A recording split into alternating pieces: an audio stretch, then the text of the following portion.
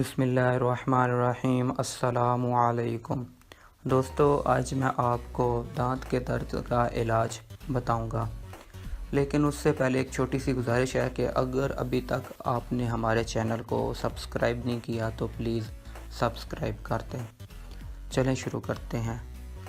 पहला नुस्खा नोट फरमा लें। लौंग का सूफ एक छोटा चम्मच एक नींबू के रस में मिलाकर खूब दांतों पर मलने से दांत का दर्द दूर हो जाता है। नंबर 2, अगर दाढ़ में बहुत ज़्यादा दर्द हो और किसी इलाज से बंद ना हो तो एक अच्छी पकी हुई लाल मिर्च के ऊपर का डंडल और अंदर के बीज निकाल कर बाकी हिस्से को पानी के साथ पीस लें और इसके बाद कपड़े में डालकर दबा कर रस निकाल लें।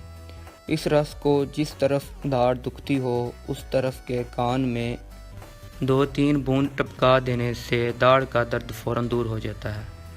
मिर्च का रस टपकाने से कान में थोड़ी सी जलन होती है। अगर ये जलन पसंद ना हो तो थोड़ी सी शक्कर पानी में डालकर इसकी 2-3 बूंदें कान में टपकाने से जलन भी दूर हो जाएगी।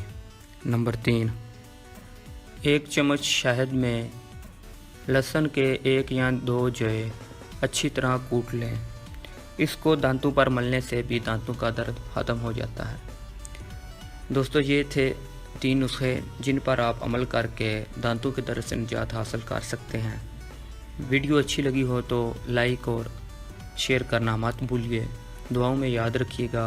अस्सलामु अलैकुम।